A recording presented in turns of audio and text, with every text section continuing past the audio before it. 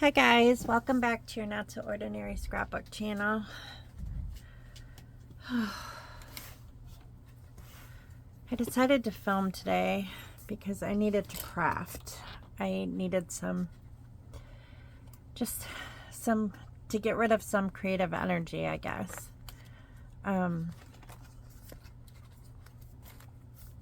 haven't been on here in a few days, so I was gonna wait until next week, but then I just felt like doing this. Mind you, I have a lot to do tonight. Well, not a lot, but I have things that I should be doing, but I'm doing this instead. We'll just say that. So I really need to print out photos. I still have not done that. I do have some pictures I can scrapbook tonight though. So I will just do a few of those and then we'll work on the other ones later as I get them printed. Did I print out the other one? I have another one of Christmas books. Not sure.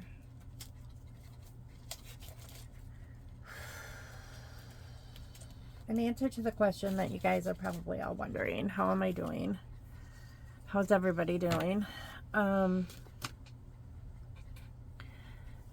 We are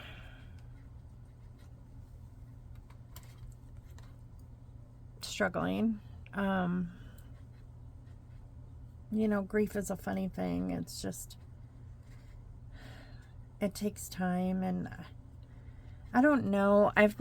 We've never experienced the death of a child in our life before, other than I have had a couple miscarriages, but they were very early miscarriages, so I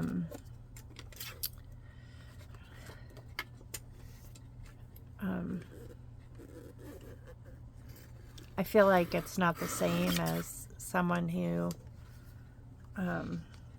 loses a child like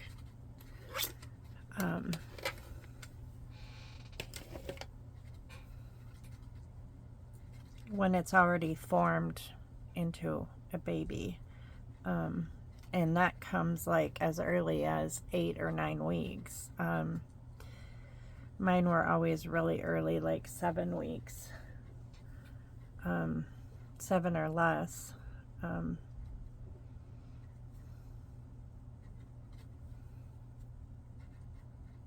6 or 7 weeks. Both of them were, one was, yeah, I think they were both about 6 weeks. I don't think I was 7 weeks. I think it was only like maybe even 5 weeks, 5 or 6 weeks. I think they're both around 6 weeks, which is very heart-wrenching, and it's sad, but it's different. This was and is hard to recover from. It wasn't anybody's fault. We have come to that realization, even though you know, it's hard when you're looking at it from the other side. His parents are heartbroken. They are just beside themselves with grief, like any parents would be. And Hunter and Jordan are the same. Both sets of parents are beside themselves with grief. Apparently the door was locked, from what I understand, and he learned how to unlock the door, which he was a very smart little boy. He figured out how to get out of our gate. We have a gate across our living room door, And it's sometimes difficult for me to get out of the gate because we have it set up so the little kids are not able to get out of it. And he has figured that out, or had figured it out. So he was just a very determined little boy. You know, we were always, he would climb on the piano, and he just was full of energy and determination. And that is what happened. The door was locked, and the people that were at home thought he was safe because the door was locked, and they didn't think that he would be able to open the door, and he was able to do that. It's still hard. It's still difficult to accept,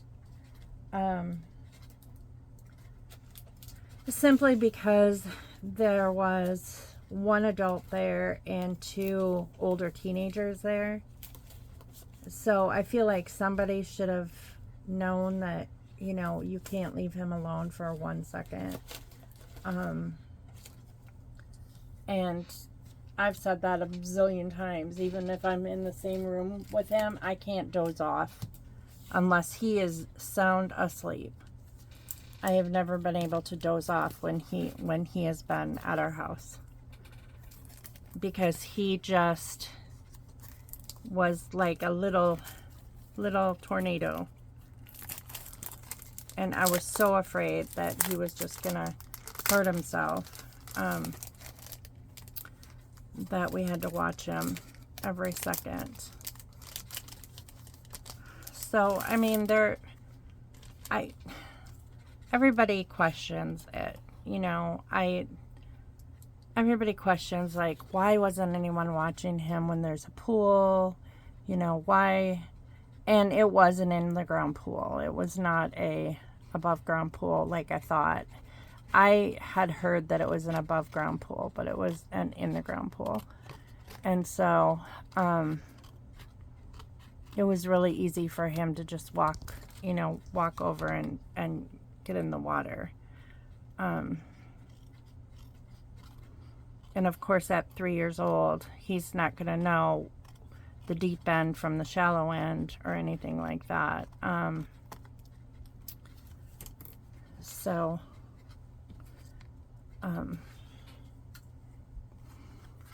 But that family, the funeral was just heart-wrenching for all of us. The only thing that made it a little bit easier was the fact that he did not look like himself. The funeral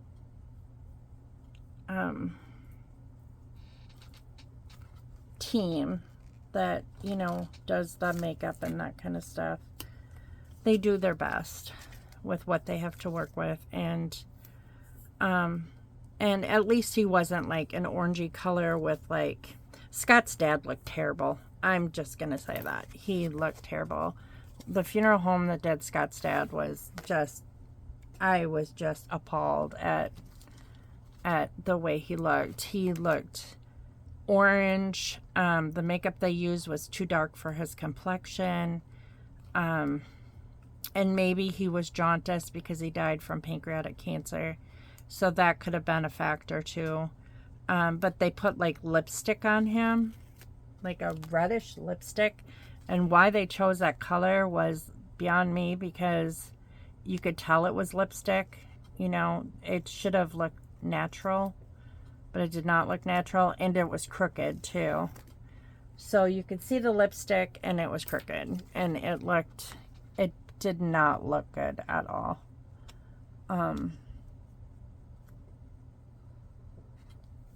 But with Kaysen, they had the color right.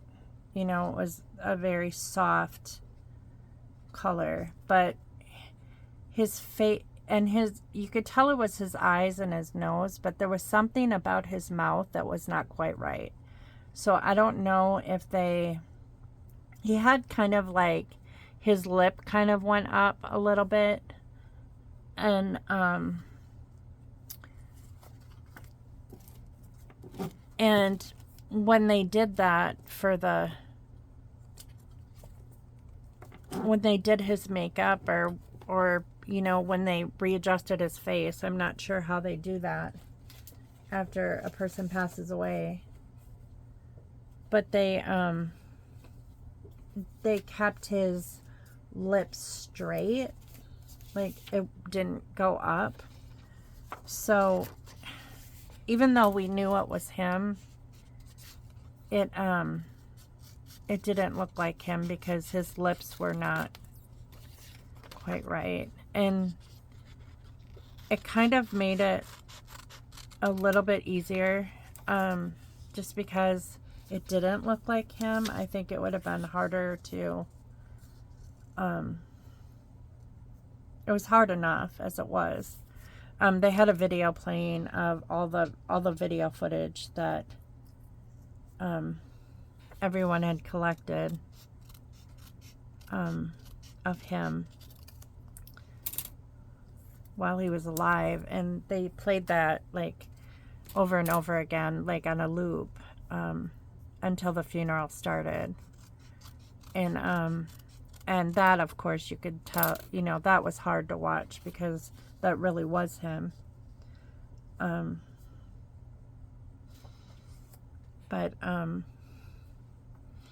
And I touched his hair. I kind of rubbed his head, you know, just kind of like a loving, you know, head. I didn't kiss him. There were people that were kissing his head, and I love Kaysen, and, you know, I've kissed him a zillion times on the head, but I read somewhere that you're not supposed to kiss corpses, that it's like, it's not safe to kiss them, because they have like, well, you're not supposed to like kiss anything that is passed on.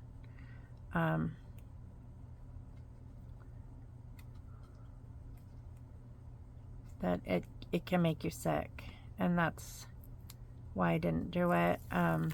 Scott like rubbed his chest, and just gently just touched his chest and had his hand on his chest for a little bit.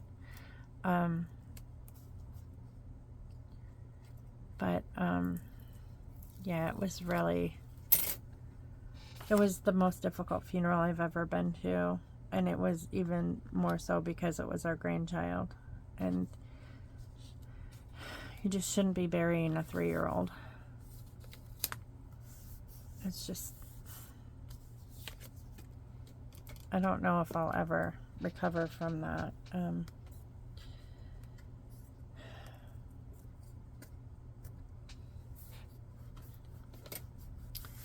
But he will always be in my thoughts every single day. I think of him, and I wish he were here with us. And, you know, I still look at his picture and it makes me cry. And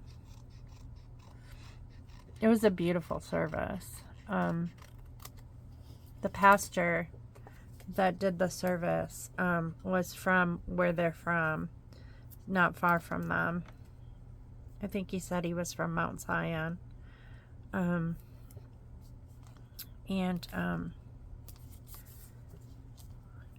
I think some of the family members on that side, the mom and dad's side, said that they were going to start going to his church.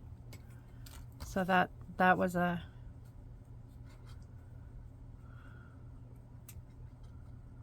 special. I got to talk to the mom. My mother-in-law, I'll tell you what, and her friend. Oh my gosh.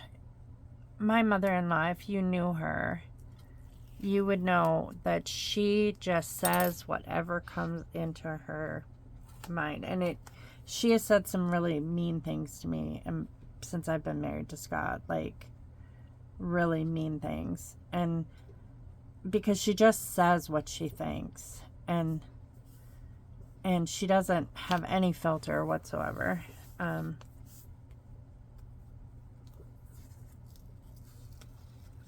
But her and her friend, she went to a funeral with her friend, and that's fine because they both knew Kason, and but her and her friend were sitting there, like, behind me. Like, we were in the front row, and then they were like 2 rows back. So there were 2 rows behind us. And my mother-in-law and her friend are talking just loud enough so people can hear them. And the things that they are saying are were so inappropriate, and I was just, oh man, they were making me so mad. It was just so immature. Like, it doesn't matter if people are thinking these things, because, yeah, there were people who were probably thinking those things, but it's not something that you say aloud and during a funeral. You just don't say it. Or before a funeral starts, you don't say them. You keep, it's not essential to say everything that pops into your head. And my mother-in-law is the type of person who does. She just does. And when Scott and I got married, Scott had a disabled brother who passed away, and his dad was disabled too from an accident. His dad, my father-in-law, was a police officer that while he was on duty, him and another officer were hit by a Frito-Lay truck while they were handling an accident. So it was in the wintertime, and the roads were really icy, and a pedestrian, or a car had gone in the ditch, and they were handling the accident, and a Frito-Lay truck hit the ice and hit them and the squad car, and my father-in-law nearly died. He was a big guy, and that's what saved him, was him being that big, because he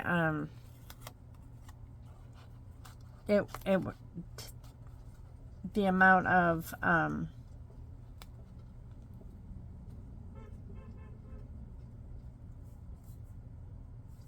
injuries that he had it ended his career as a police officer. And the other guy that he was riding with also, he lost his short-term memory. Like, he had traumatic brain injury from that accident, and he was never able to work again either. So both of them, rather young guys too, they were in their 40s when this happened. So they weren't old. But they were unable to work anymore. Scott's dad was in the hospital for a really long time. And then he lost his spleen, and just had, he had a scar from his neck all the way down to his belly button. They just had to operate on everything to save his life. The other guy ended up in home care, so because he couldn't take care of himself anymore. I don't know if he was married or not. I never met him. I just know that the family talked about it quite a bit when I met Scott. This happened before, a couple years before I met my husband. I think it happened in 1995, and I met Scott in 97. Well, I actually met him in 96, but so maybe it was 94. I think it happened in 94 because it was in the winter time.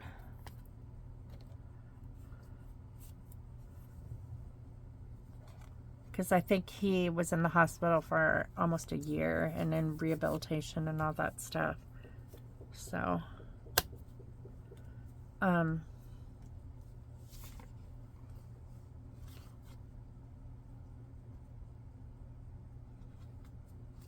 but when Scott was never supposed to get married, he was supposed to, after his dad passed on, he was supposed to take care of the family. That was what they thought was supposed to happen. They didn't think my husband was supposed to ever meet anybody and get married. That was the deal that they made with him, which I thought that was a really horrible deal that you make with your kid when they're 20, when they're 20, this is how it has to be, and I'm sorry, but, this is how it's going to be. Well, then he met me, and we got married, and it didn't matter really what his dad said, because Scott, his dad said, I'm going to do it anyway, kind of like when Scott joined the Marine Corps, they told him no, he talked to them about it, and said, I want to join the Marine Corps when he was 19. And they said no. And this was before his dad's accident.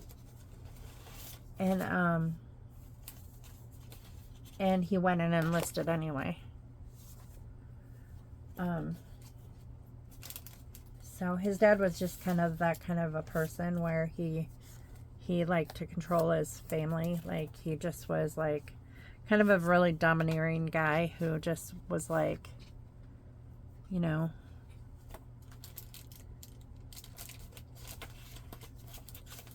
kind of controlling. When he died, my mother-in-law, I kind of saw her kind of like be at ease a little bit. I know she was sad he was gone, but I almost felt like she was like, she finally could live her life. She had been a caregiver to him since the accident, and he pretty much, she didn't go anywhere without him, except for she worked at a truck stop as a waitress, and he was up there all the time, visiting her, and drinking coffee while she worked. She only worked first shift, so he would sit up there with his buddies while she waitressed, and then they'd go home together, because she has never drove. She still doesn't drive. But when Scott and I got married, she told me that Scott was never supposed to get married, and no one had ever told me that. And I was like, what am I supposed to do with that?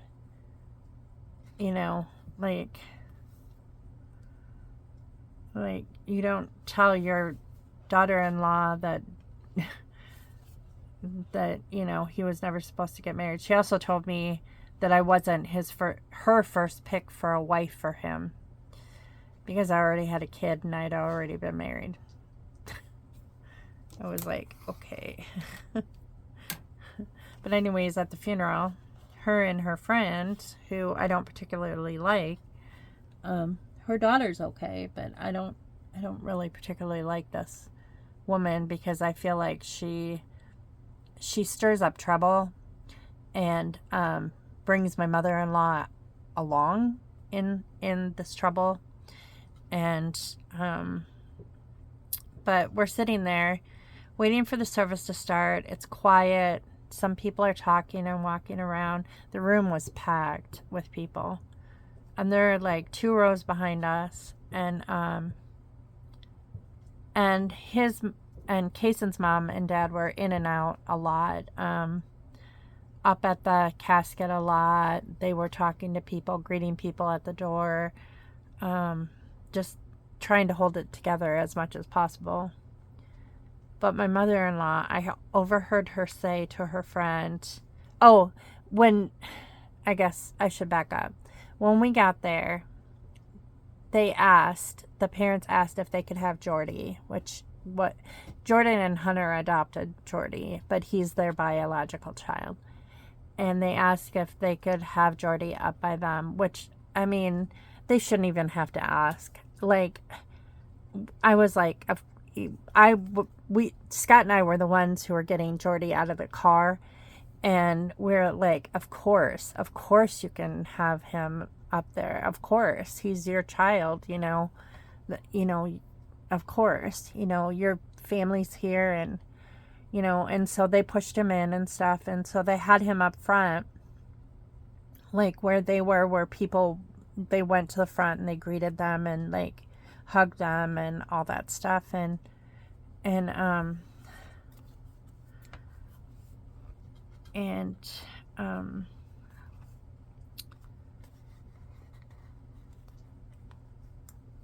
everybody was hugging on Jordy and all that stuff. And my mother-in-law says to her friend, and I can hear her because she's loud. My mother-in-law is a very loud person. She's not soft-spoken at all. Her voice carries. In fact, when I first met Scott, I did not know that his mother worked there with us. I hadn't worked there very long when I first met him, and I hadn't lived in that area. I had moved from Wisconsin shortly before that, or a few months, a couple months before that.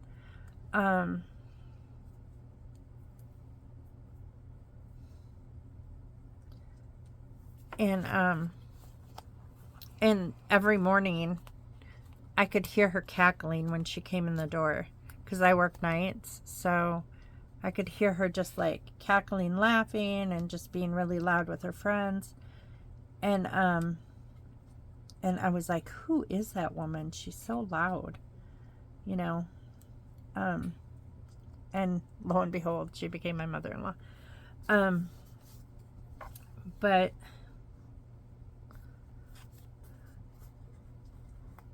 But she said to her friend, well, first of all, she said something to the effect that it was their fault. Like, how can they stand up there and greet everybody when they're the ones who, or he wouldn't be dead if it wasn't for them. That's what she said. And I was like, oh my gosh, shut her up. And then later on, when Jordy was up there with them, then she said too loud, like, and her friend was saying stuff too. Her friend was saying like, yeah, they're taking in all the, or they're acting like they're so sad and all this stuff. And I don't know why they would say these really horrible things. It's just, I don't know. And then my mother-in-law said that Jordy was up there for show. That the only reason why they had Jordy up there was for show. And I was like, I was ready to lose it. I pulled Scott aside and I said, you need to shut your mom up, because she is saying it loud enough that other people can hear her. And I'm like, we do not need this right now. Jordan doesn't need this. Hunter doesn't need this. She needs to keep her mouth shut.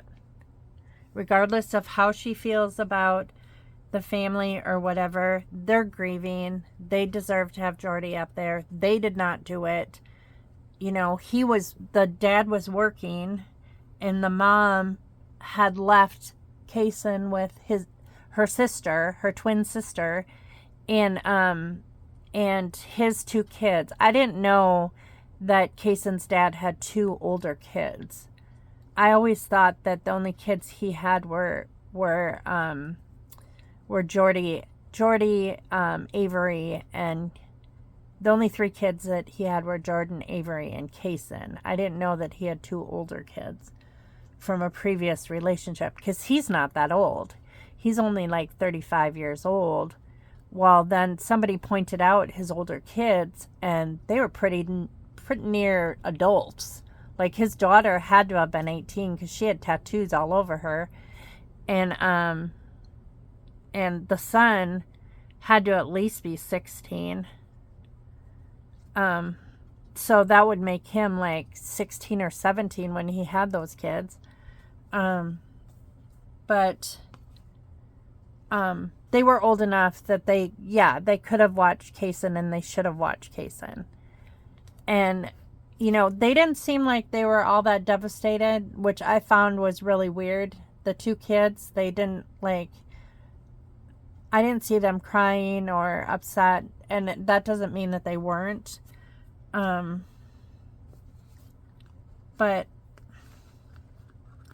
the sister, her twin sister, she has an identical... Oh, that was another thing my mother-in-law said. She's like... She goes, oh my God, there's two of them. That's what she said. Her exact words. Oh my God, there's two of them.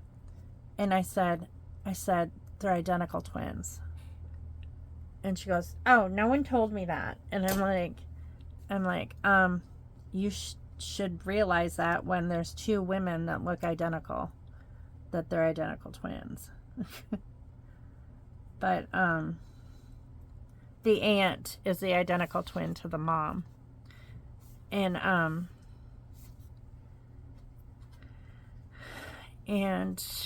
she was just like, the aunt was just like, in fact, I had a hard time. Okay, I'm going to be honest here. I have been to birthday parties and stuff like that with the mom before, like Jordy's birthday party and Kaysen's birthday party and stuff.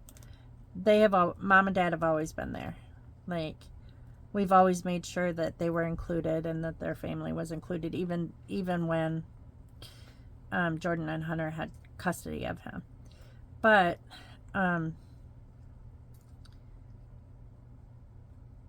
and I knew she had an identical twin sister.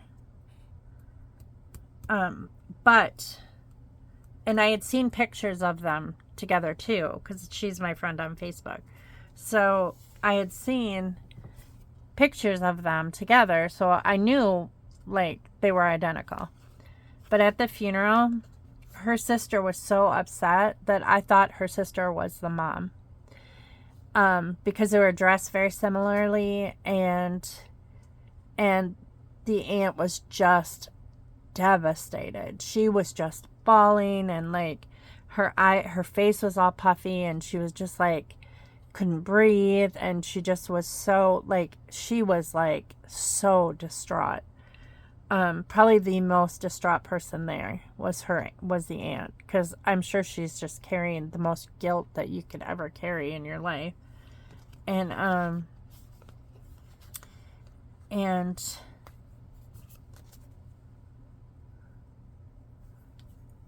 I thought that was the mom. I thought it, and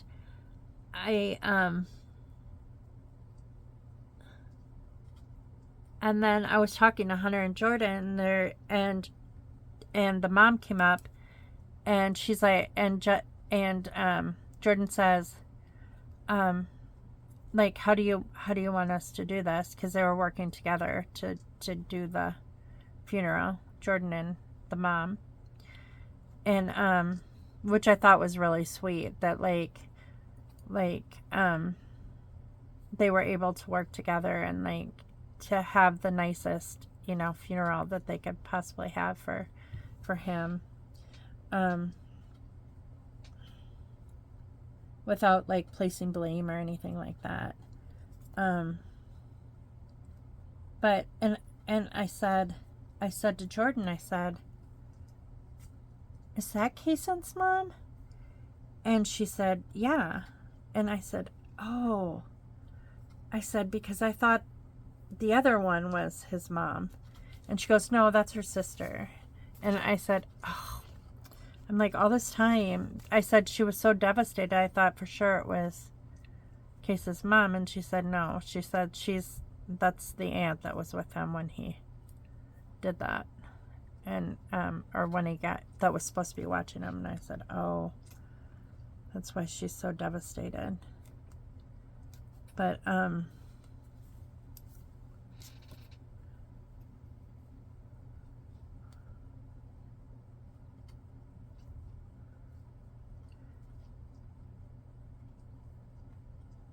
But Jordan was like, she didn't want anyone to hug her or anything. She just was like she's just trying her best to get through it. Her two brothers just lost it. Her two younger brothers, they just lost it. And Jordan came in and she was like, she told her mom, because her mom was sitting right next to me, and she said, this is the wrong time for them to lose it. And so her mom went out. But I mean, okay, so her younger brother is younger than Jordy, her youngest brother. And I mean, I don't think he's ever experienced anything like this before. Like, this just broke his little heart. I mean, he's only 8.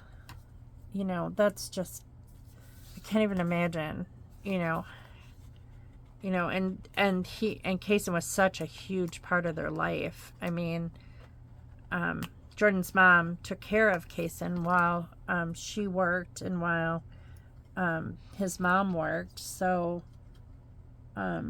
like, he,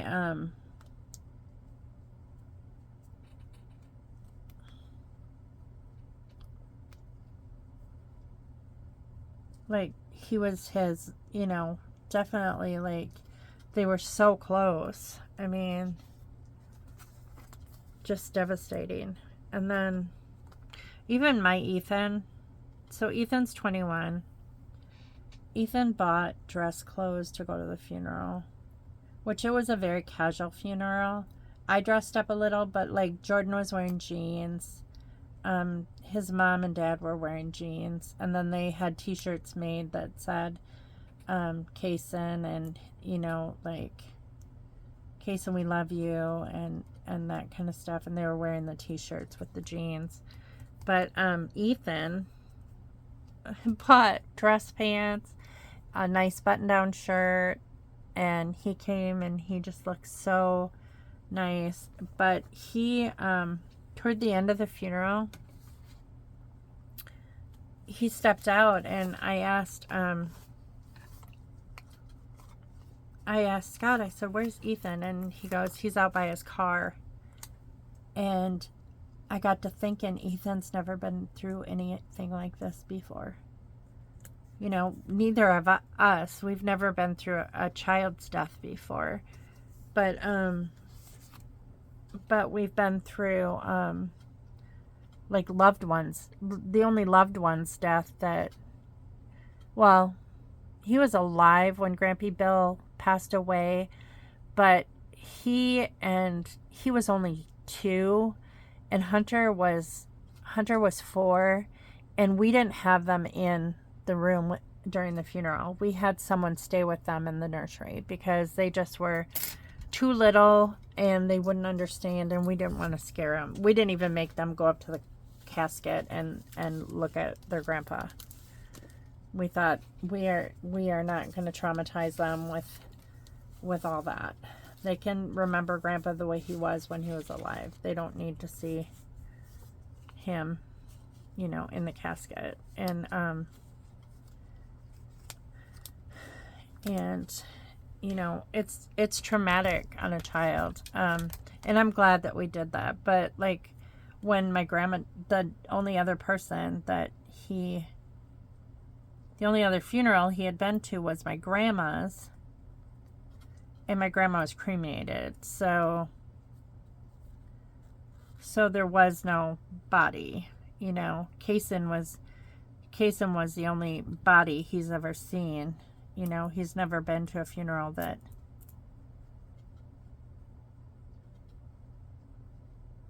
showed the body before. And so he was out at his car, and I told Scott, I said, I'm gonna go out after the funeral was over. I told Scott, I said, I need to go talk to him because he's never been through this before, and this has got to be really hard for him to, you know, I just need to talk to him. So I went out to his car. Well, on my way out to his car, I saw well, Jordy was with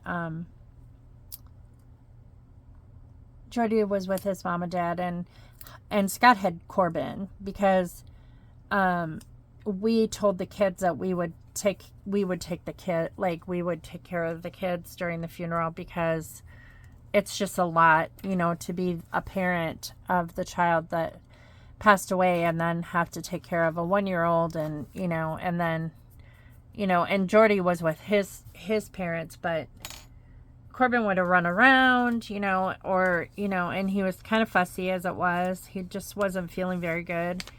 And so Scott pretty much held Corbin. In fact, Scott was the only person that Corbin wanted. He didn't even really want me. He wanted Poppy, because for some reason Poppy has a knack for putting babies to sleep. He has always had that knack with our kids too, and it has transferred over to grandkids, because even Kaysen, like the last picture I have of Kaysen with Scott is he's asleep. He climbed up on Scott and fell asleep up on his shoulder, kind of on top of him too. But did I put numbers on here yet? I did 16. I didn't do 17.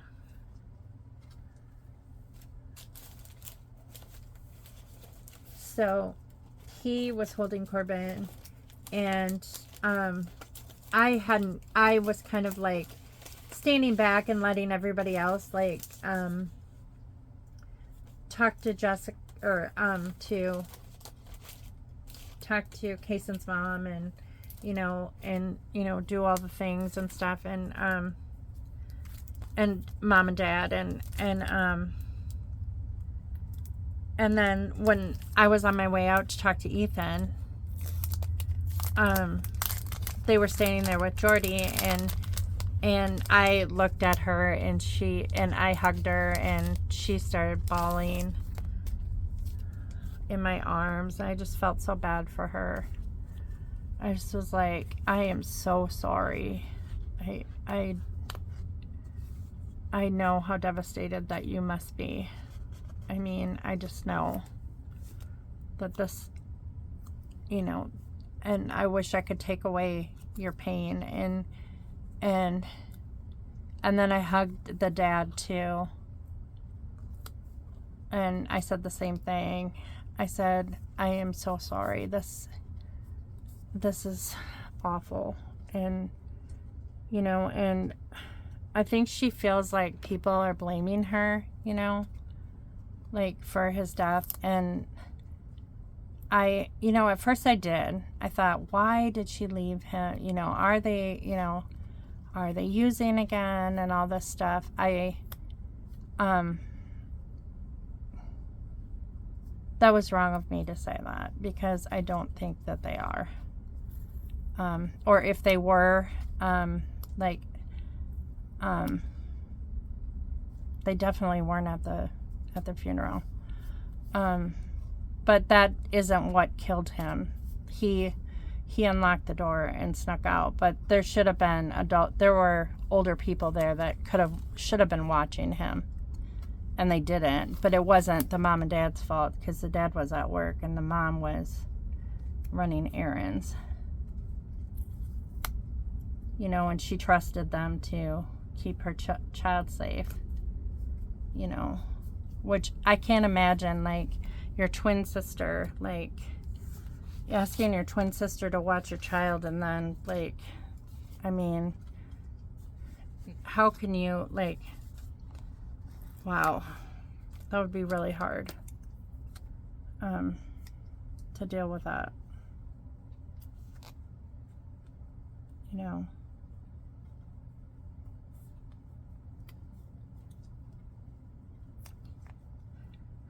But a lady came up to her and said the most rude thing that I think anybody has ever said. I was like, right when I was talking to her, she was, the mom said, she said, I can't go back to the house, or the apartment that they lived in, because all of his stuff is there. And she said, I can't go back there.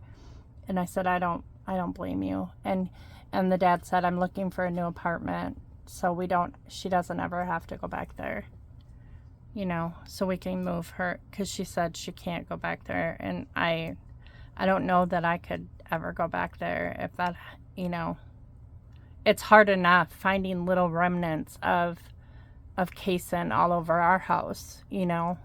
And there was a book he was carrying around, a board book, the last time he was here. And I picked it up because I was cleaning all my toys. I always have to sterilize all my toys after kids, you know, play with them, just so people don't get sick and stuff. And I picked up the book, and it was all sticky. And Kaysen had a peanut butter sandwich that day, and he was covered in jelly. And he had jelly like up his arms and all kinds of stuff. And I was like, I told Scott, I said, I can't wash this book. I can't. It's gonna have to stay sticky.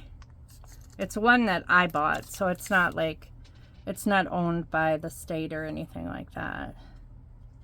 I mean, I was going to use it with my clients, but right now I cannot. I can't do it. I can't wash it. It's got to stay that way. And then, like, we remembered one of the hardest things at the funeral was that Jordan and his mom had put together a little table of little remnants of Kaysen. So, like, his favorite toys and stuff like that. And on that table were, like, at our house, he carried around this big red checker. We had I think I was talking about that in the last video. So there was a checker on the table from our collection. And then Cocomelon, the little Cocomelon figure that he always carried around. But when we were at the funeral, we thought of the pine cones that we have a basket of pine cones that we keep on the fireplace. And he always made a beeline for those pine cones, and he would carry those pine cones around, like individual pine cones around all the time. He'd break off the little pieces and leave them on the floor. And, like, I mean, those were definitely his pine cones, and he loved them so much. He'd dump them out, he'd play with them, you know. But we didn't think of the pine cones, you know, when we were collecting toys to bring to the funeral. Okay, so this is 18, so this is 19.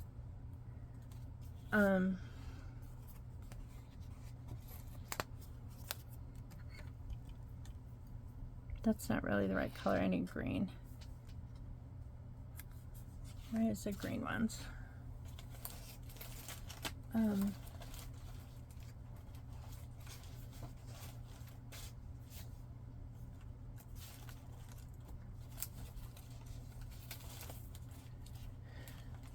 But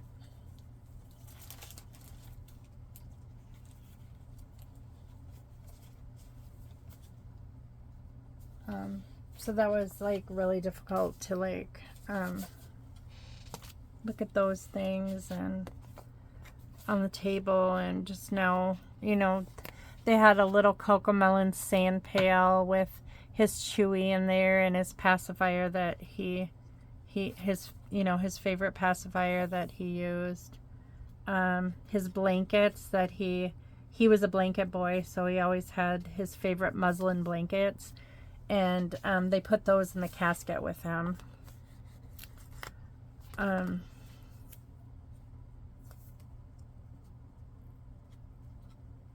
they had some other items. Oh, they had a little bear that had a tag on it up there, and I was like, oh, that's a cute little bear.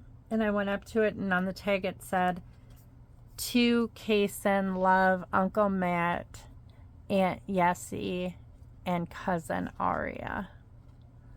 And I almost lost it. I was like, ugh, because they couldn't come from Arizona for the funeral. And I thought that was so precious that Jordan remembered them, that, and put something, that they had given him for Christmas, on the table, And I told Yessie right after the funeral about it, and she was like, they're aching too, because they did meet Kaysen at Brian's funeral. Oh, you know what? Ethan had been to Brian's funeral too, but Brian was cremated too. So I guess he had only been to funerals where people were cremated. So there wasn't any, at Brian's funeral, there wasn't a body either.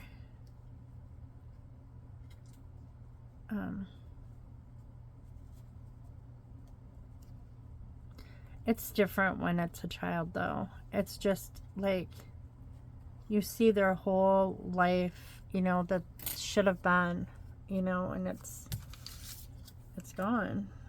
It's just,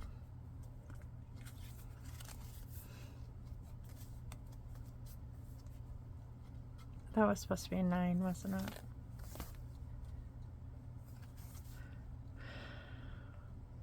I need to stop talking and do this. Oh, but that lady, what she said to her that was so rude to the mom was, we were standing there talking, and she came up, and I don't know, it almost sounded like she was a social worker, like from DCFS, and why she was at the funeral is beyond me. But she was like, she told the mom and dad, she's like, now you guys have worked really hard, and to get him back, and so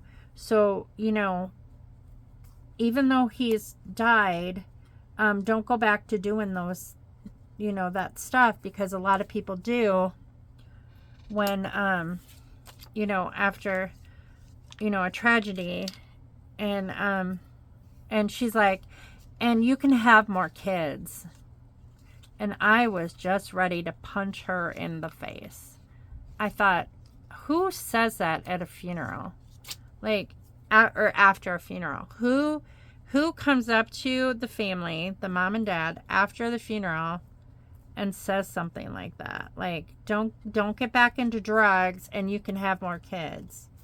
Like, I'm just like, oh my gosh. I'm like, why do people say such awful things at funerals? I have no idea. And then she asked me who I was. She's like, and who are you? I'm like, by that time I was like, I do not want to talk to this woman. I was like, I am Hunter's mom. I am Jordan's mother-in-law. Kaysen was my grandchild. And she says, oh, you're Hunter's mom. And I said, yes, I'm Hunter's mom.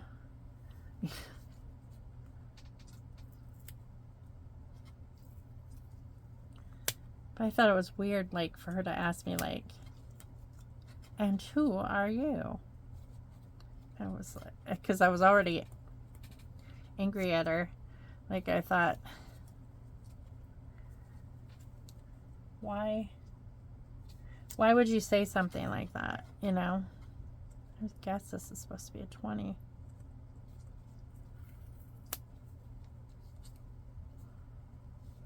But I don't know why people act like they don't know how to act at funerals. Like my mother-in-law and her friend, or this lady, and like, you just let bygones be bygones at funerals, and you just like love on who needs to be loved. And we were all hurting, and it was horrible, and it was a tragedy, and it's been really hard to get over. I mean, I don't think we'll be over it for a really long time. He's constantly on our minds. And I know Jordan and Hunter are just beside themselves in grief. And I know his mom and dad are too. I don't know that Jordy really understood what was going on. I think in his own way he did. Just being up there, he almost looked like he was a little bit uncomfortable to be like up at front. Like so close to the casket. But like I said, Kaysen didn't look like Kaysen. So that was probably a good thing for him too. Like being able to see him, you know, because it was a little casket and it was kind of low. So it was low enough for him to be able to see it. And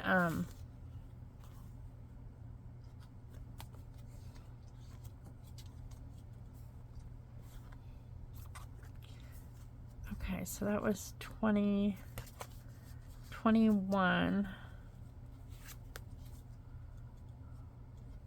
Do I want green because of the lights or red? No, red is the wrong color.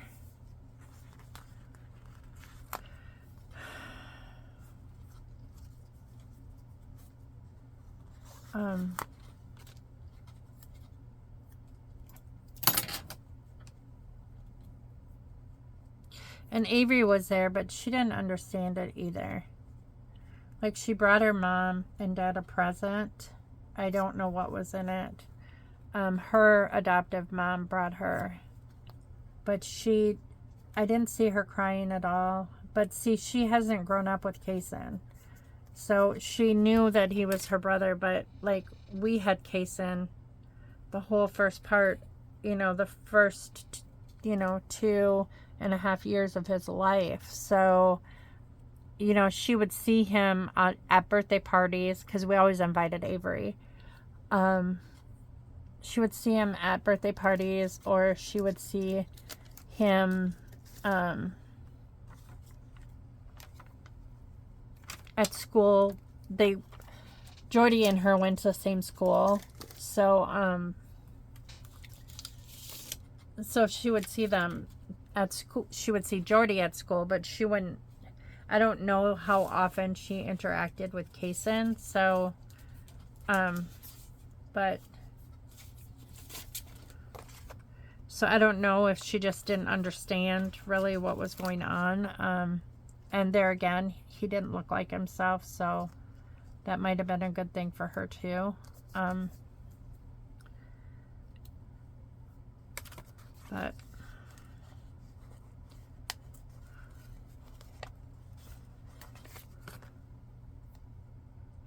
But after it was all done, Jordan said, you know, I don't want anyone to say the wrong thing or get mad because they were having Kaysen cremated after the service. And then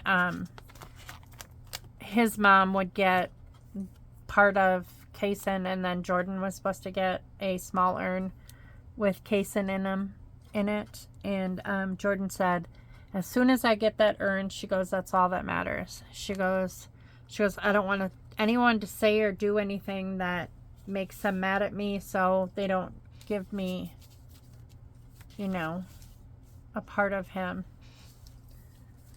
you know, because she wanted a part of him too.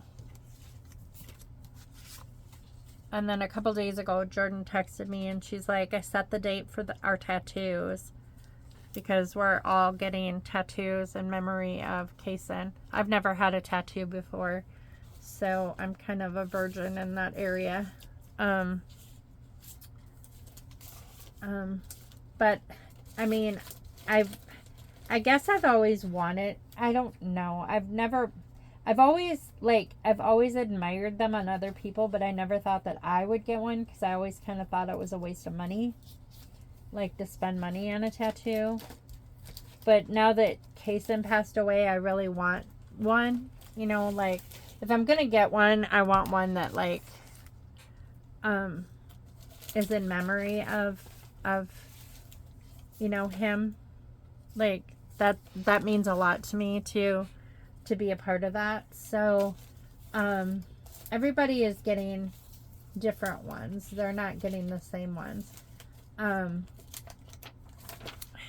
And the one that I'm going to get is going to be right above my ankle. And it's not going to be very big. Probably about 2 inches long, I would imagine. But it's going to be a silhouette of a boy holding a pine cone. Well, possibly a pine cone. Because the thing that I found on the silhouette that I found on Pinterest is a little boy holding a dinosaur, and then there's another one just like it with a little boy holding a car, like a toy car. But I want the little boy holding either a pine cone, or I want him holding like a one of those checker chips like he used to carry around our house all the time. And so what I'm gonna do is I'm going to bring in the checker chip, and I think I want the checker chip red. Like, I want the whole tattoo black, but I want the checker chip to be red. And then I want his name underneath, Kaysen, underneath it. So that's my idea for my tattoo. Which I asked Ethan, because we're going to the same Hunter and Jordan always go to the same tattoo artist in Clinton, and Ethan goes there too, and he does a really good job. So since all those people go to him, this guy, I'm like, I'm gonna go to him too. So I asked, and that's where the appointment's at anyway. So I asked Ethan, I said, have you ever had him design any tattoos for you? And he said yes, several. And I said, what do you do like to get him to design one? And he said, just bring it in, just bring it in and bring in what you want, and then he'll draw it up, and then you can look at it. And I said, but I don't know if I want which one I want. It depends what it looks like. And he's like, well, he can draw it up, and then you can decide which one you want. So, but Jordan and Hunter are getting the same one, but a little bit different. They're getting like a side view of Kaysen. So they're taking a photograph, and they're getting like a side view of his face, and then they're getting like flowers around it. And like, Hunter's is going to be more greenery than flowers, and Jordan's is going to be flowers.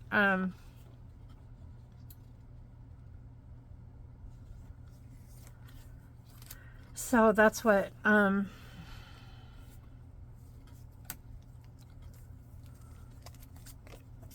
they're doing. Oh, there's another one in here. I guess I didn't realize this one's not out of the bag either. These are just little label stickers.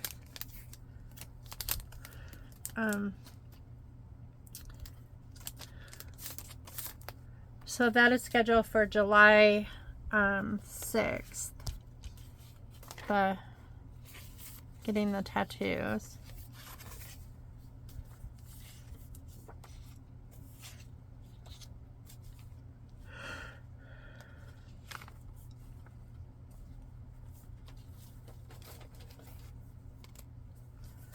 So as soon as I'm done with this, I have to wash my toys, because the little boy that I saw yesterday was eating macaroni and cheese at the same time. He was hungry, so he's eating, which is good, because it's good for me to see the children eat, how they eat, if they use utensils, that kind of stuff. And see if there's like any fine motor things that I need to work with them. And so so he's eating mac and cheese, and he got mac and cheese all over all the toys he was playing with. So I was gonna wipe him down yesterday, and I didn't, because I was so tired, and then I had, you know, coursework to do for for my training. Like, I have to have done by June 30th. And, which I sent a whole bunch over today to provide our services. So they have, like, some. I was going to wait until Friday, and I thought, why wait until Friday? Just send a bunch over now and then send a bunch more over on Friday.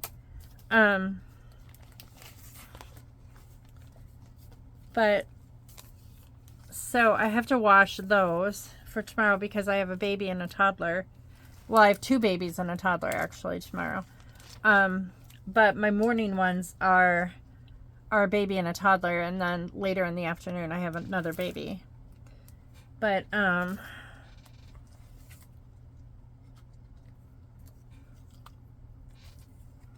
just setting aside a few things. I'm looking for the pictures, mostly. Oh, there's a cute envelope.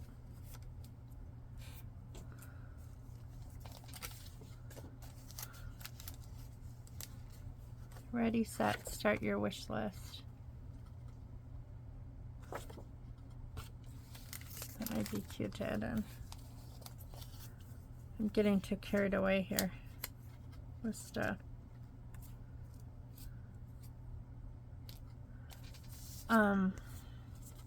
This should be a shaker pocket.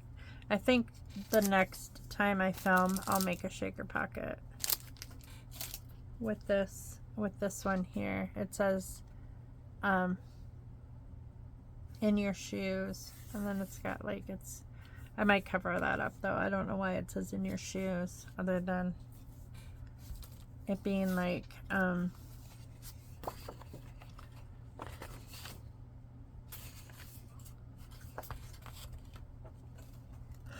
so I got to do that, and then I have to wipe down the baby toys that I used today with one of the children that I saw. One of the infants that I saw. So that is Christmas shopping. But this is that day that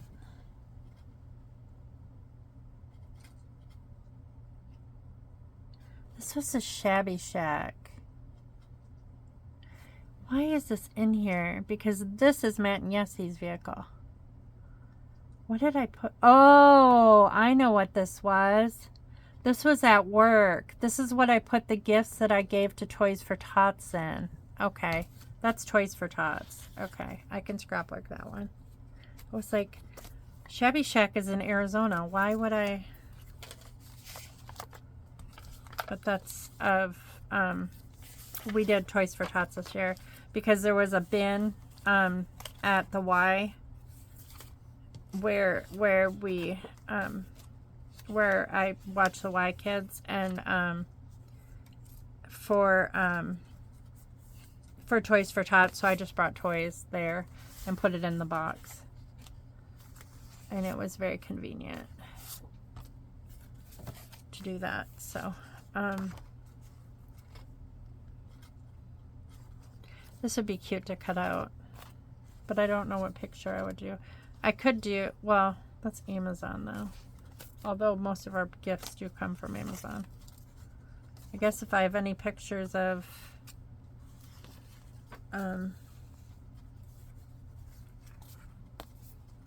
wrapping presents, I could do that there. Right now I'm only finding one picture, which is that one. Maybe I'll cut this out. So anyway, one of the kids that I have to see tomorrow, I always text every client every night, like the night before I see them, just to confirm the appointment. Just because I don't want to go to their house if they're not going to be there, or if like things pop up during the week, you know, you just never know. So I always do that every week, and the mom confirmed, and then like 15 minutes later she sends me a video of the little girl. She's reading a book, and it's so stinking cute. Like she's she can't read, of course, because she's a toddler. But she's like, you would think that she was reading because all the expression in her voice, and she was saying some words, but like mostly she was just like babbling. But it was so stinking cute. And she was like, I thought you would like to see this. And I'm like, oh my gosh, she is so cute. It totally made my night. Like I was like, and I thought about it for a minute, and I was like, you know, this is why I do this. You know, it is so true what they say. Like, you really do fall. Like, I love those Y kids, and I think about them, like, quite a lot, actually. Not as much as I did right away. Like, when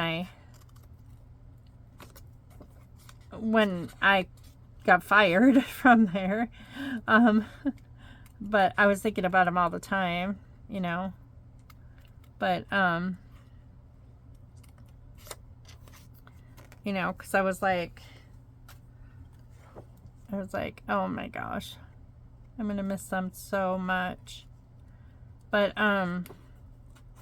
like, these kids, like, they're going to age out of this program, and like, I'm going to have to say goodbye to their families. I've already had to say goodbye to one family. Because the child aged out, and I have a couple this summer that are going to age out, and it's just going to be hard. It's like, I'm going to want to stay in touch with these families, you know, like to see how their kiddo is doing, you know. But I really, that's one aspect of my job that I didn't expect. Like, I knew that I would love the kids. I just knew that I would, because that's just the type of person I am. I just love working with kids, and I find joy in helping them learn and things like that. But like, one expected thing that I didn't expect was falling in love with the families. Like, I literally, like, the family, I feel like they're a part of my family, because, you know, when things come up that are like that are hard, you know, and you know, I hurt with them. I ache with them, and like, and when they have happy things happen, you know, I'm happy, you know. It makes me like, and I'm proud of, you know, the work that they're doing with their children and the work that their children is doing. It's just like, you know, it makes me feel like what I'm doing is worthwhile. You know, it's not about the money. I mean, the pay is good, I'm not gonna lie, but like, I don't even think about that part of it when I'm doing my job. I just think about like, helping them, you know. That's what I'm thinking about, is just trying to give them the best boost that I can, so they can accomplish the goals that their parents want to see, you know, them accomplish, you know, so they can get a boost into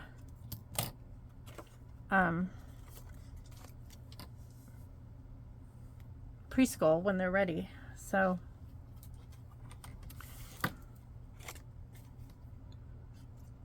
that was sweet, and I was like, oh, you made my night.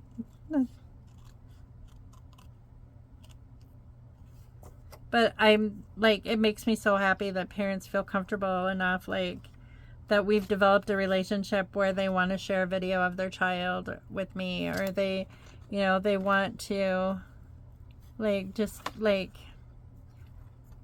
they're relaxed around me, you know. That's the most important thing for me, is just that they're relaxed around me, and that they, you know, and they trust me with their child. I mean, that's a big thing. That's just huge, you know. Your child is like, man, there weren't a lot of people that I trusted with my children when they were growing up. I was one of those moms who didn't really trust a lot of people with my kids. I think I'm just gonna glue this here, and then when I find a picture of, because I just think that's cute. This one's cute too. That's smaller, but I kind of like the big one. And I'll find some like wrapping presents and stuff like that. So I'll do that with that one, and then I'll do this one.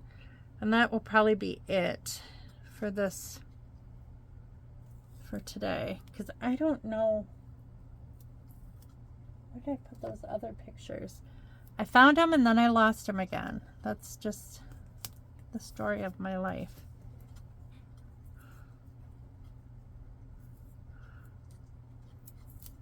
I'm organized in some ways, but I'm disorganized in others. When it comes to crafting, I'm very disorganized. Or I feel like I'm disorganized. Because I'm kind of a messy crafter. Like, I like to see my stuff, otherwise I can't find it. But I do have like stuff put away. I limit myself. I didn't always do that. When I first started scrapbooking, I didn't have a lot of supplies, and in fact I had only enough that would fit into like a carrier, and I would go to crops and that's what I used, was what was in the carrier. And I always told myself I was not going to be a hoarder. I wasn't going to be one of those people who bought a bunch of scrapbook, you know, tools and supplies and all that stuff and stickers and paper. You know, I was just going to buy what you know, I needed at the time. And you know, and this was before I was doing like thrifting and all that stuff, you know, because scrapbooking was new when I first started. So there wasn't any scrapbook stuff to have at the thrift store. But so for like the first 10 years that I scrapbooked, you know, that was the case. And then I started swapping online at 2 Peas in a Bucket. I don't know if you remember them. They're for the OG scrapbookers out there. And so I hosted swaps and I participated in swaps. And so I started like getting a bunch of stuff like through swaps. That's how I started accumulating the majority of my supplies, was through swaps. And that was cool. And then when swapping became kind of obsolete, like when 2 Peas in a Bucket ended, like it like ended, then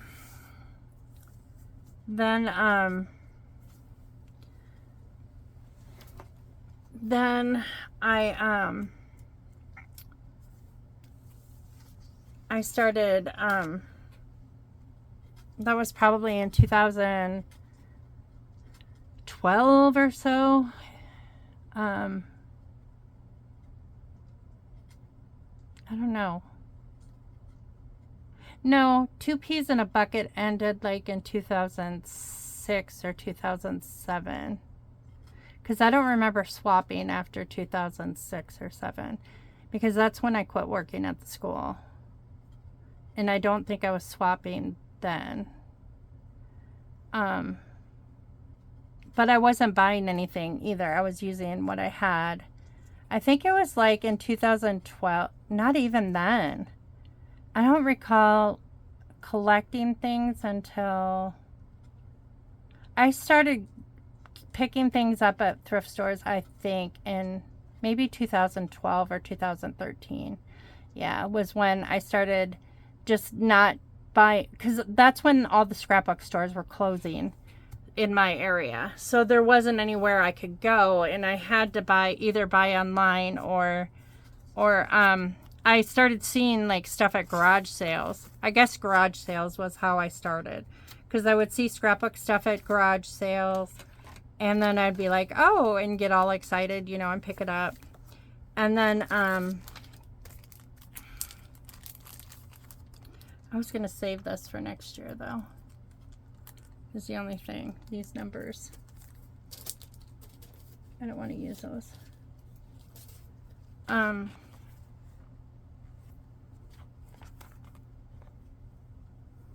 I don't think I'm going to number this. This is 22. The 2 is missing there. I can't use that one.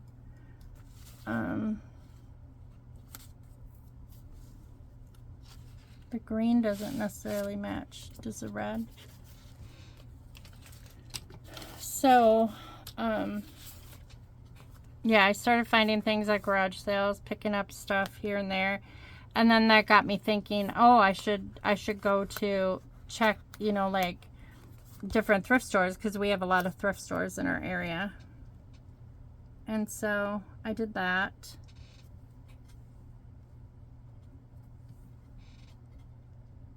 I don't really like that color either. What can I do? Unless I put a label up there. But if I do that, if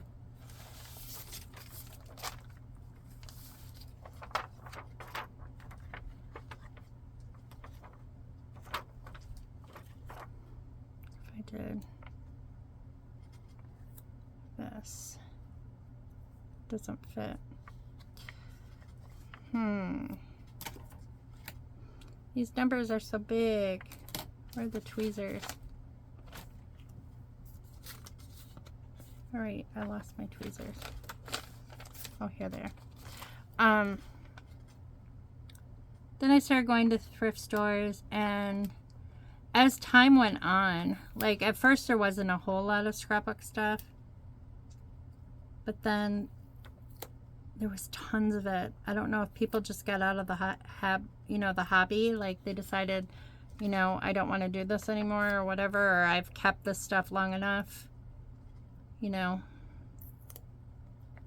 and I haven't used it, so I'm not going to use it, you know, that kind of thing. And then they get rid of it. But I was finding tons of stuff that way.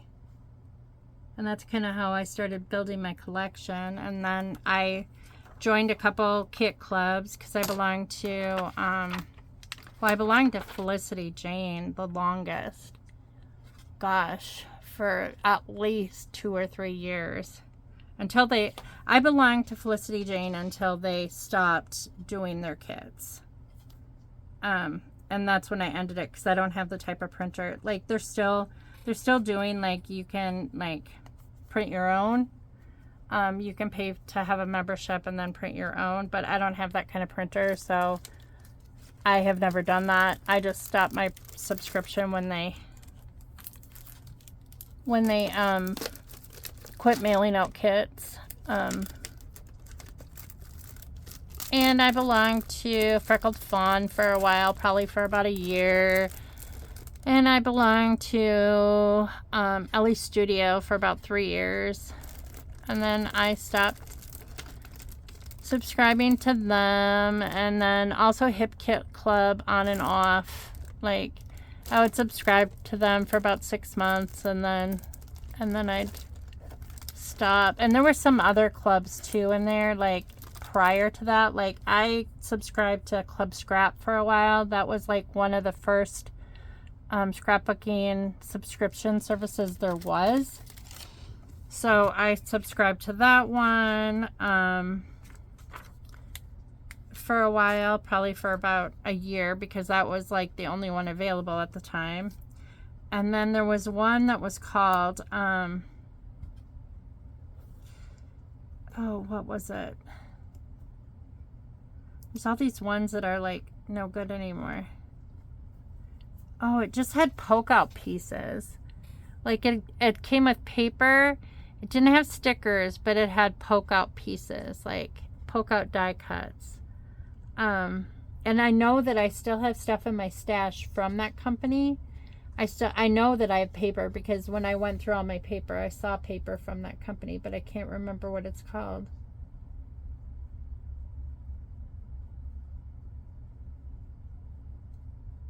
I don't know what it's called. If you can think of it, they came in these. This is what they came in. I think. Is that what they came in? These things? No, they came in zipper pouches, clear zipper pouches, and I still kept the zipper pouches. They were like vinyl zipper pouches that zipped, and that's what the kit came in. And they're clear, and I still have all those zipper pouches that I saved to put like kits in, that like homemade page kits that I make. If you can think of that, post it down below, the company. Clear zipper pouches, 12 by 12 size, kind of had a black border around it. They had came with paper and poke out die cuts. I don't remember there ever being any letter stickers in there, or I don't remember if there were any embellishments at all. But yeah, so then that was that, and then I continued thrifting and collecting stuff, and then I would partake in like the grab bags when the grab bags were really awesome. Like Hip Kit Club grab bag was awesome. Peachy Cheap grab bag, like those that would show up like on Black Friday. I would get those. So that added to my stash. And then oh, what else? And oh,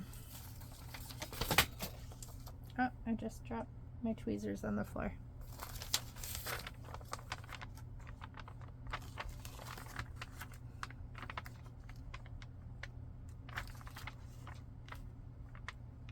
Maybe I could just do ho ho ho.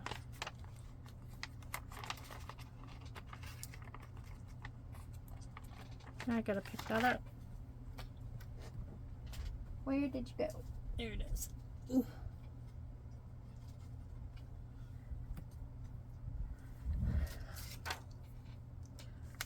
So I started doing that, and then continued doing the grab bags for a couple, you know, like every year at Christmas time or whatever. Then a couple started doing them like oh, and it also intertwined in like the earlier years. I had a friend who was a Creative Memories consultant. She still is, actually. And I used to go to Crops, and I would order from her sometimes too. So I had Creative Memories as well.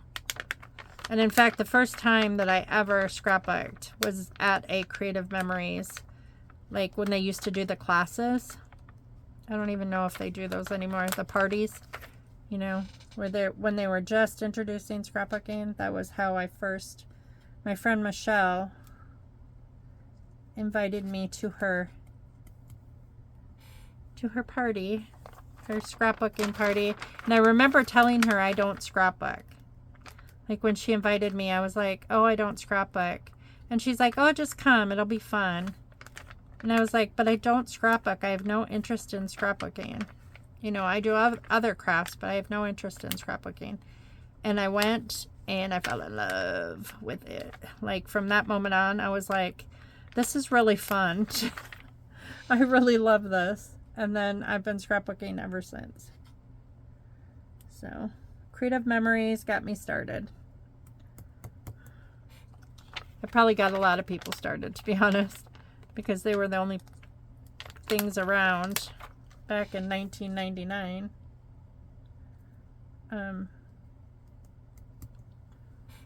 Or that I know of, anyway.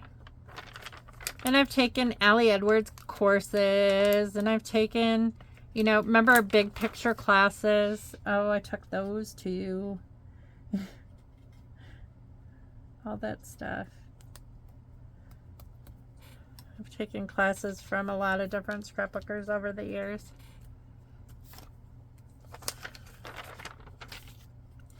Okay, I like that, and then I'll try to stick a picture up there when I find one. But I like how that looks. Ho ho ho. And then I'll do like some thing there. Okay, so on this page, I'm gonna do this picture of, oh, I was gonna put those trees on here, wasn't I? Did I still want to do the trees on here? Yeah, I think so. I kind of wanted to put these trees, like the cars passing some trees.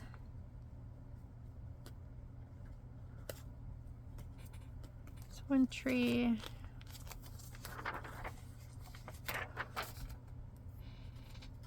So, and now I have so much stuff that, and I've gotten, you know, like every year for Christmas, you know, everybody knows that they can get me scrapbook stuff and I'm going to be overjoyed by it. So that happens too. But I have a very large collection, probably more than I can ever use in my lifetime. But I'm going to try. I have a lot of pictures of scrapbook I've not cut up, you know. I have a lot of started albums. I'd like to go through my albums and like organize them better. But like take out pages and like make books specific to, you know, who it's going to go to whenever I'm gone. You know, if they want it, you know, so they know that they have albums. I know my kids are going to want their albums for sure. They're probably not going to want all the family albums, but maybe. So my daughter-in-laws are extremely sentimental. I am so thankful for that. Like, both of them. Like, family means a lot to Jordan, and it means a lot to Yessie, too. And I'm very grateful for that they both, it's important to them, you know. So I don't know, but I doubt that anyone's gonna want like gosh, I probably have 100 albums. Who's gonna want 100 scrapbook albums? I don't know. By the time I'm done, but I don't know. It is what it is. People want it, they can have it. I don't really want to cover that one up. What about this one?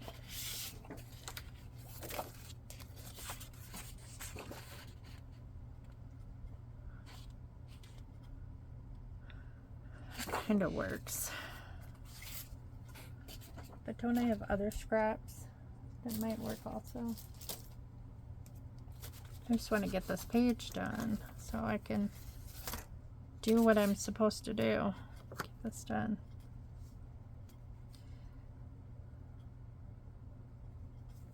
So if I put this here, or do I want this? No, that's not the right color. I'm gonna have to go with this side. So next weekend we're going to Chicago for Brick World. We've had this planned for quite a few months already. We've had our hotel booked and all that stuff for quite a while. We're staying at the same hotel as Hunter and Jordan. Hunter is showing a big mock again. Big Star Wars mock. I forget which one it is. He does a different one every year. This year he's collaborating. Last year he collaborated with a friend, and that friend actually showed up at the funeral. Like, he lives not that far from here. And they've become really close friends, like brothers. And him and his wife came to the funeral, and that was so special to Hunter. In fact, a lot of people from Eaton came to the funeral too, which was really nice. Like, they really, and everyone that Jordan worked with at the school, they came. A lot of people came to the funeral.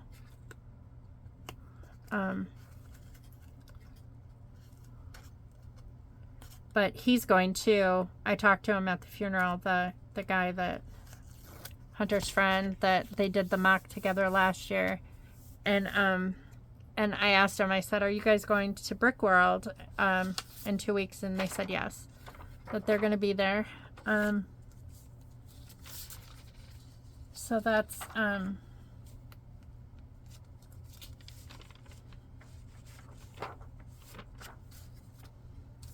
I could put Santa on there, I suppose. Like Toys for Tots is kind of Santa. You're playing Santa for a child.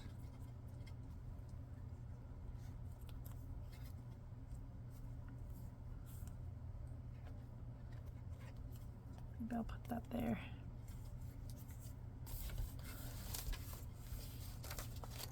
But this year, what they decided to do, Hunter's, he belongs to a Lego Lug, which is like this group that you have to be voted into it to be part of the Lug.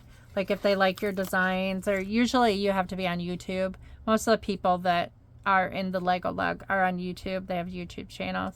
Hunter has a Lego YouTube channel called Forever Lego Studio. So if you want to see any of Brickworld, you can go to Forever Lego Studio, and you can see last year's and what the Lego Lug looks like. If you have kids that are interested in Legos and might want to start a journey on this, you know, in a Lego Lug. Now, they predominantly do Star Wars. I will tell you that right now.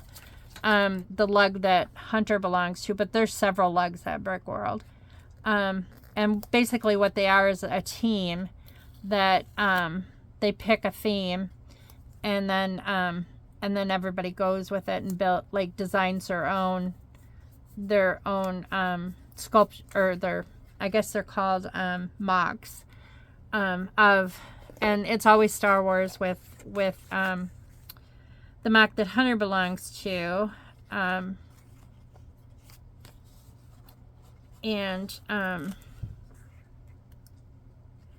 So those guys, one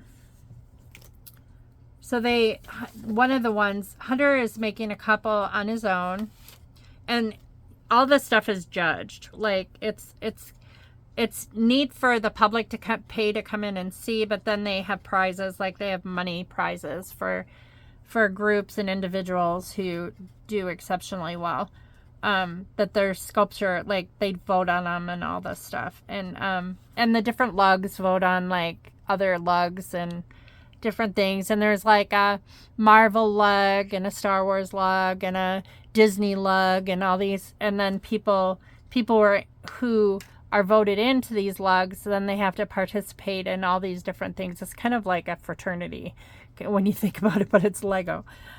Because you have all these requirements that you have to meet, you know, during the year. You have to share each other's stuff on your YouTube channel. You have to shout them out. You know, you have to do all these things. And Hunter has been in this lug for the last 5 years or more. I think his first Lego showing with his Lego Lug he was 16. So that was 9 years ago. Because I remember we all went up there, we stayed in a hotel. Hunter had his YouTube channel when he was 16, so it's been around for a while. And Hunter's 23 now. And so he started out filming Lego videos in his bedroom, creating Lego things, and he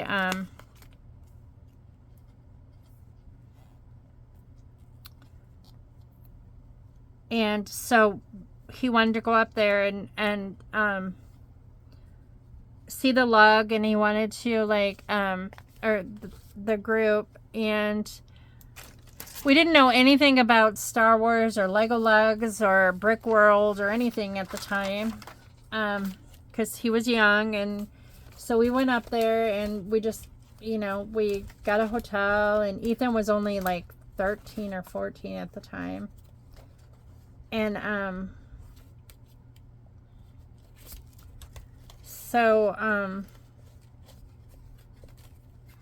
you know, the guys were super nice, and, you know, they wanted Ethan to hang out, you know, and we stayed at the hotel that convention was at. So that made it easy for Hunter to be able to hang out with the guys that stayed at the convention center, you know, and we didn't know these people. They're from all over the country, you know, but we got to know them, and they were really nice, decent, trustworthy people. And I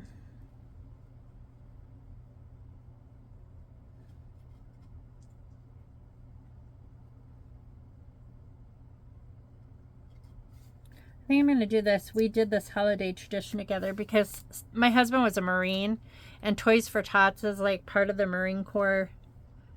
I think the Marine Corps, like, it's their thing that they do. And so Scott has always been involved within it. Even before I met him, he's been involved with Toys for Tots. And he doesn't like help with it, but like we've always like donated to Toys for Tots when we could. We haven't always been able to afford to do it. Like when the kids were little, it was really hard to like do it a lot or like give a lot of stuff. I think we would let the kids, I can recall several times letting the kids pick out gifts for like Toys for Tots. And then we just like, they'd have like boxes at the stores. Like I remember going to KB Toys and doing it when KB Toys existed. They had a box for Toys for Tots and different things like that. So I remember doing that. So it's kind of a tradition that we've done. We haven't, like I said, we haven't always done it every year because, you know, we haven't always been able to afford to be able to do it. But when we could, we always did. Because it meant a lot to Scott. Okay. And then I think I'm going to put a heart in there. And I'm going to put Toys for Tots. Do I want that big heart?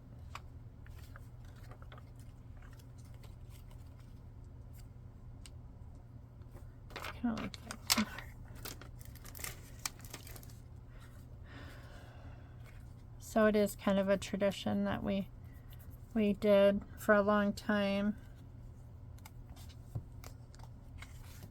Our town, like, there isn't a lot of drop-offs. Like, this was like working at that building or at that church. That was the first time I'd ever seen like a box for Toys for Tots in our town. But you know, they had an Angel Tree and stuff. I don't know if they still do Angel Tree or not, but it's always good to like, you know, there's a lot of kids out there that deserve to have Christmas whose families can't afford Christmas. And I always felt bad when, you know, I knew of families that like that were in the church or whatever, that like their kids weren't getting like anything for Christmas, or they had to wait until tax time. We knew one family who told their kids that they had to wait until tax time to get Christmas. And that just broke my heart.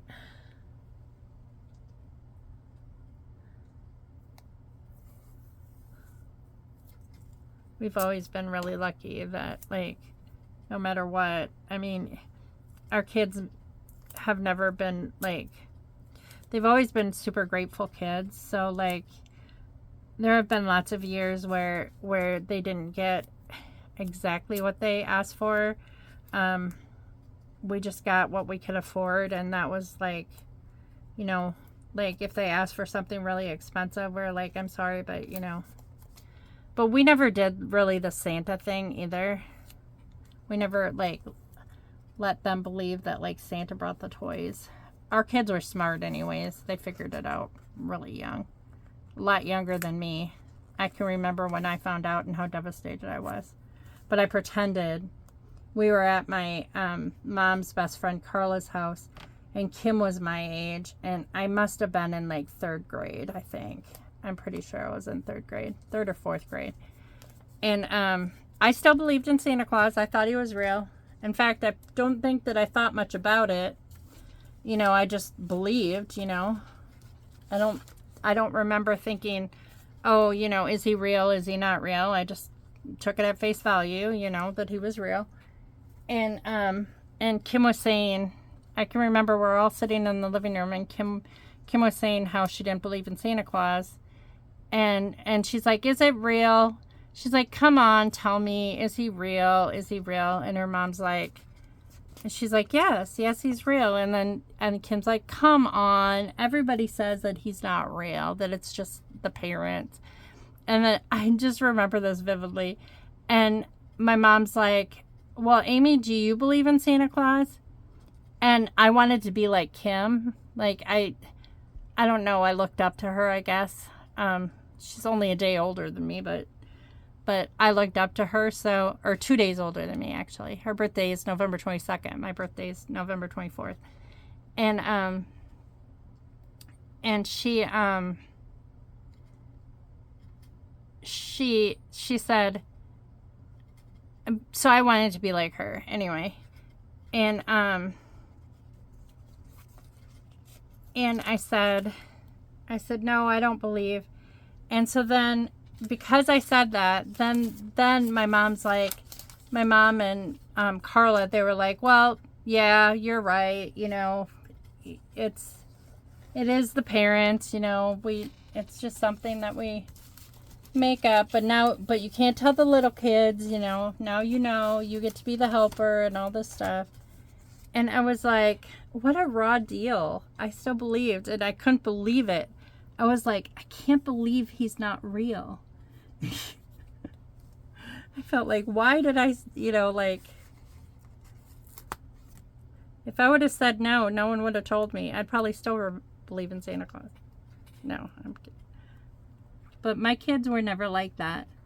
Like, they just knew. Like, we always did a Santa present, and we still do to this day. We do a game. Like, we don't give like the big presents from Santa Claus. Those are from Mom and Dad. And then we do a family game that is from Santa.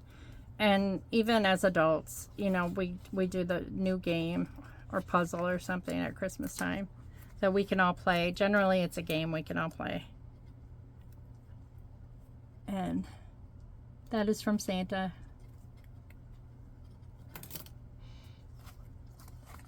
But my kids were just too smart.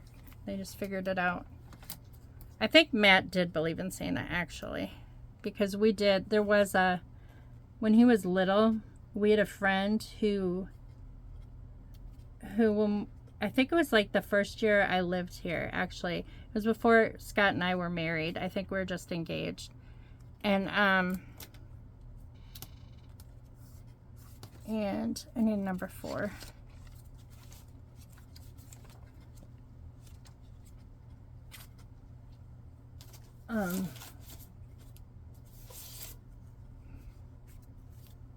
There's a wrong color.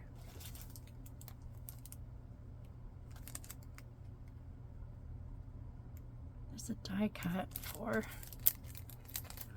I'm gonna look in here real quick.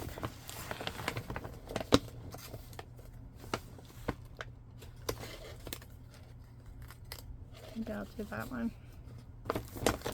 It's on top. It's gonna be what color it is. So we had him come. He said he agreed. He was a truck driver, and he was good friends of Scott's family. And he said he would come on Christmas morning and give Matt his presents. Now, Matt was an only child back then. And he did. He showed up in a Santa suit. And Matt was 4. Well, he had just turned 4. Does that even go? Will that work? I wonder if I should just color it green. That's just going to waste more time. How about if I color it black? That might work better. Okay, I need a piece of paper. Piece of scrap paper. This is what I do when I don't want to look for other letters. I find a black Sharpie marker and I color it the color I want. I don't have to dig for 4. But so Matt was kind of our baby because he was an only child, and we just kind of like wanted him to like experience everything because we didn't know if we were gonna have more kids. And then of course Scott and I weren't even married then. We were engaged. But and then when the younger kids came along, we just didn't do it. By that time, Matt's 9 years older than Hunter, or 8 years older than Hunter. Almost 9. He turned 9 that year. Later that year, after Hunter was born. So that was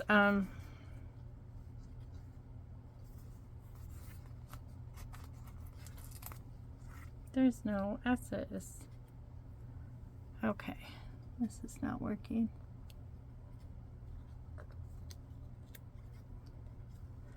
I do not.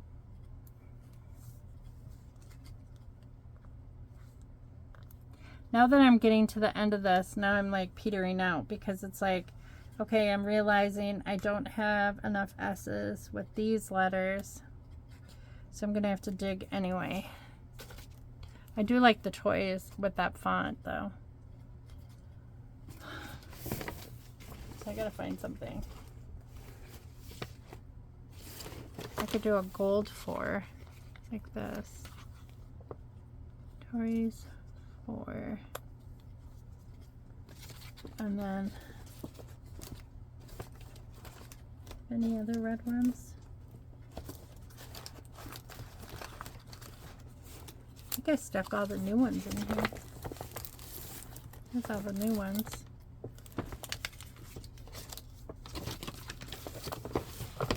Oh. This is taking a lot longer than I thought. I was so tired this morning because I stayed up late doing the same thing. Like, I wasn't crafting or anything, but I think I'm gonna use those. White or black.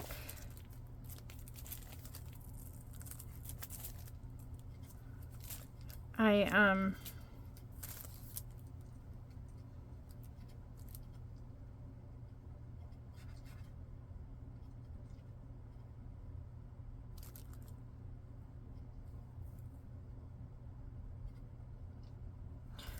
gonna do white.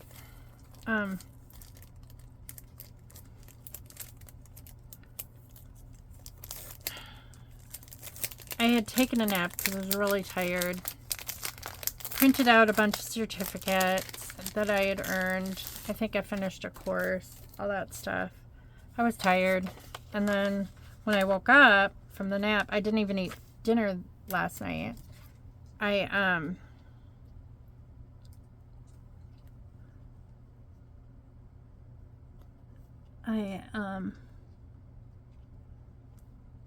don't know. What did I do with my tweezer? I just had it, and now it's gone again. I know it didn't fall. Okay. It's going to be difficult. Maybe I should do S first.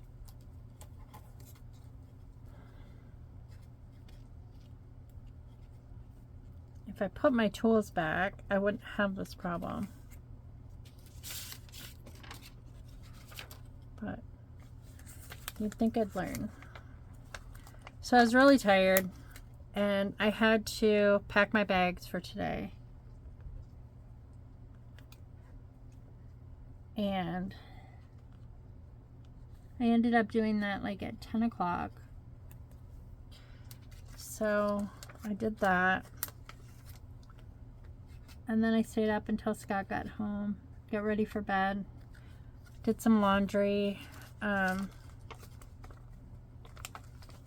this morning, when I had a really early morning client, like one of my earliest clients of the week, and I was getting dressed into my scrubs, and first I noticed that my shirt like, I put on my shirt, like, and it was backwards. And this was after my shower. I took a shower.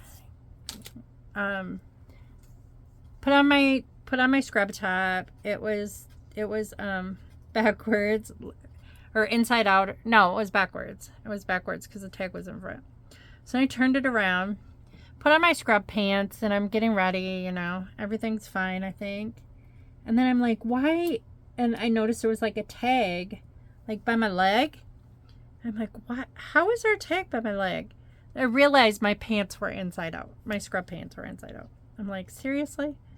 I would have gone to this client's house with like my pants inside out. And I'm like, how am I really losing it that bad that I don't like remember? Like, I don't remember which way my pants are supposed to be. That's pretty bad. Okay, so that's 22, so this is 23. We're getting there. I think this was like my last day of work, actually, the 23rd.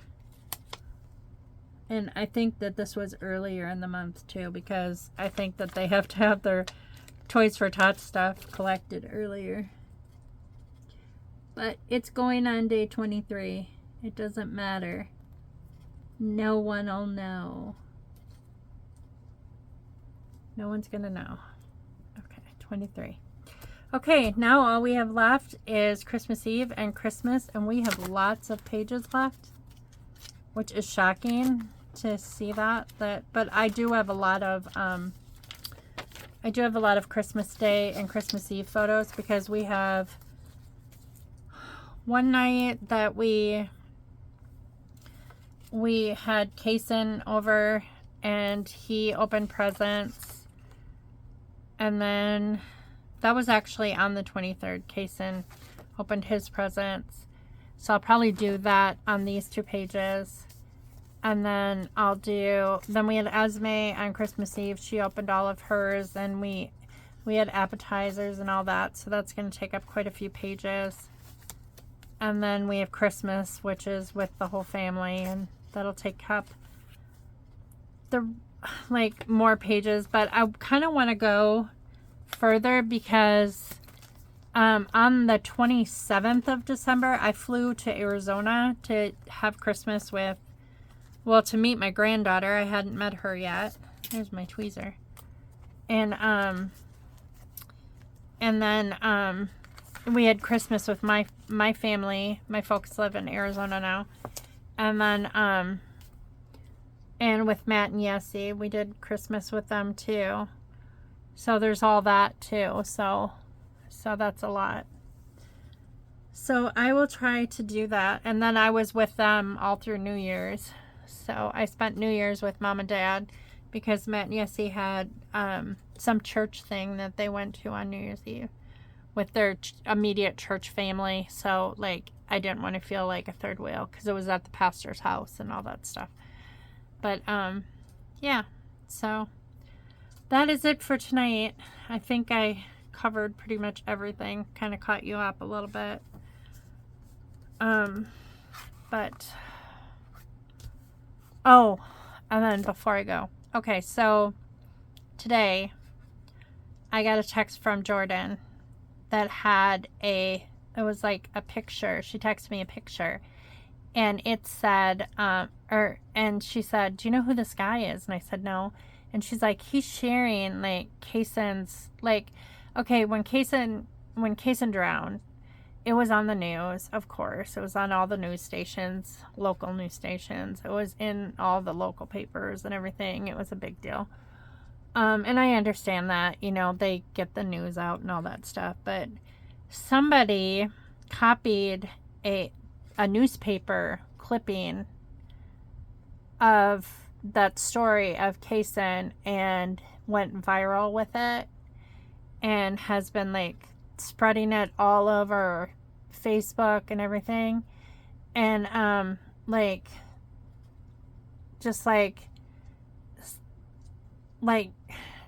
people are offering their condolences and stuff, like thousands and thousands and thousands of people, but Kaysen's pictures on it. And I feel like, well, Jordan felt the same as I did. Like they're using this accident with Kaysen to exploit him, you know, just for likes and shares for Facebook, you know, because this person is like, we looked him up, and he is like a influencer type person that like makes money off of Facebook. And Jordan's like, is there any way you can report him and all this stuff? So I reported him to Facebook, and then I got on there and I commented a couple times. I was like, well, I commented once and I said, can you please take this down? You know, this is my grandson and we are all mourning the loss of him, and it's exploitive for you to share this information without our permission. You know, this.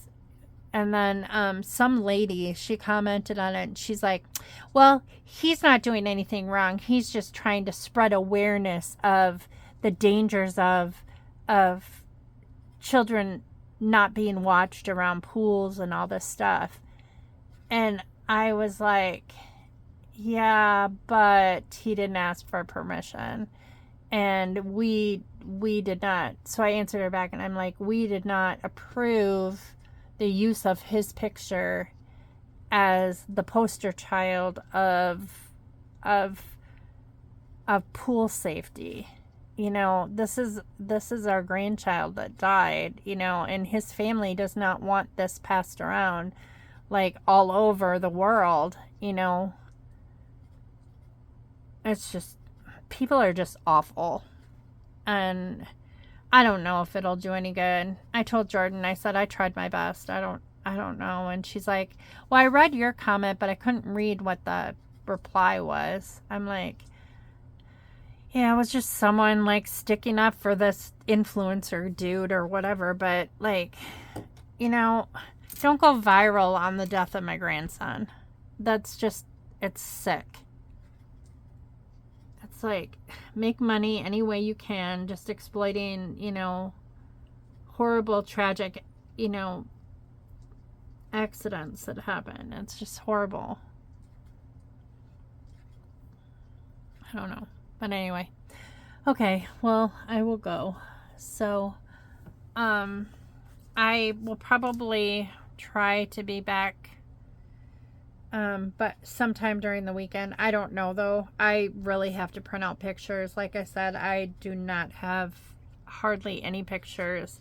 I know I don't have any pictures left of, like, people. I mean, they're all, like, just random photographs that I took that are, like, not even necessary. So, I think I'm going to print out some pictures probably on Friday, and maybe on Sunday I'll film. But,